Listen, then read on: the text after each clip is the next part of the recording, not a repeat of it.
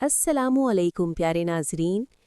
आज हम आपको नबी करीम सल्लल्लाहु अलैहि वसल्लम की उंगलियों से चश्मा फूटने वाला वाक़या बयान करते हैं।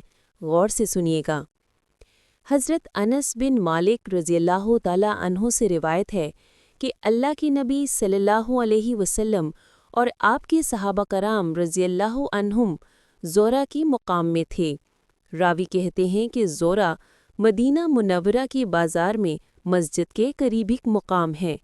आप सल्लल्लाहु अलैहि वसल्लम ने पानी का प्याला मंगवाया और आप सल्लल्लाहु अलैहि वसल्लम ने अपनी हथेली मुबारक उस पानी वाले प्याले में रख दी तो आपकी उंगलियों से पानी फूटने लगा। फिर आपके तमाम सहाबा ने उससे वज़ू किया। हज़रत क़तादा रज़ियल्लाहु ताला अन्हु फरमाते हैं कि मैंने हज़रत अनस रज़ियल्लाहु ताला अन्हु से पूछा कि ए अबू हमज़ा, सहाबा कराम कितनी तादाद में थे?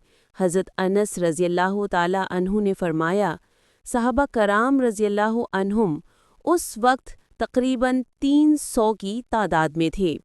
सही मुस्लिम 5842। इसी तरह के हदीस और वाक़यात, क़िस्से, कहानियाँ सुनने के लिए हमारे चैनल को सब्सक्राइब करो और शेयर करो।